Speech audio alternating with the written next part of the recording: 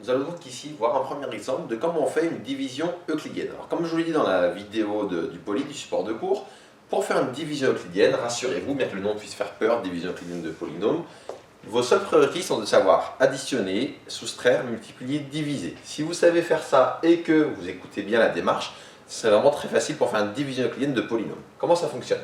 Du coup, pour faire une division euclidienne de polynômes, on va poser une division comme vous avez appris à faire en primaire. C'est-à-dire, donc là, je dois faire une division euclidienne de a par b.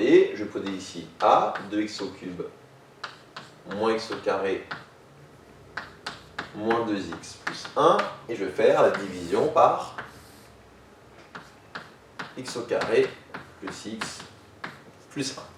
Et donc la question que vous allez vous poser ici, c'est vous allez tout le temps partir ici du terme qui est le plus à gauche, le x au carré, et vous allez vous demander par quoi je vais multiplier x au carré pour obtenir 2x au cube. Bah, la réponse, x au carré fois quelque chose donne 2x au cube, on va trouver 2x.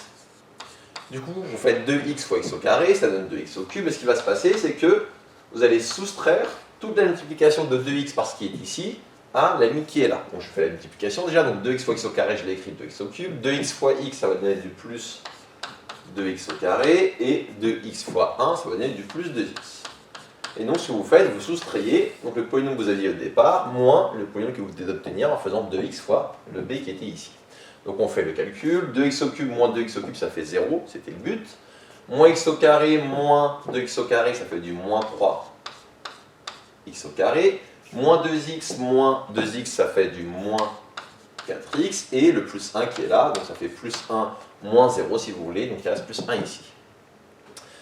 Donc là, ça fait pour la première étape. Maintenant, je regarde, je pars toujours de ce x au carré qui est là, donc lui, ça ne bougera jamais, je ne vais jamais le décaler, je pars tout le temps de celui-ci, tout le temps.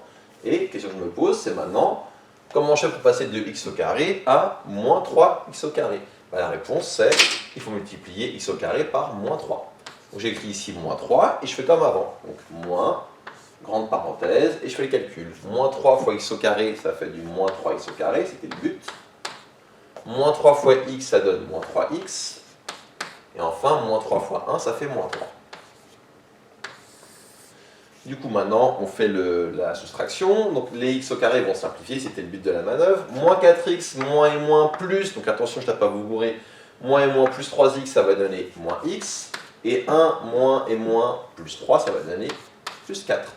Et là, on a terminé. On ne peut pas aller plus loin. Alors, il y a plusieurs façons de le voir. Là, quand vous arrivez au coefficient constant, pour continuer, il faudra faire avec des 1 sur x. Et nous, on ne veut pas de 1 sur x, on ne veut que des polynômes. Vous n'aurez pas de 1 sur x, donc forcément, vous arrêtez à cet endroit-là. Et on peut aussi voir que ici, le degré de mon reste est inférieur au degré de mon diviseur. Du coup, je m'arrête là. Donc, le degré de mon reste, moins x plus 3, inférieur au degré de mon diviseur, b. Du coup, j'ai terminé pour la division euclidienne.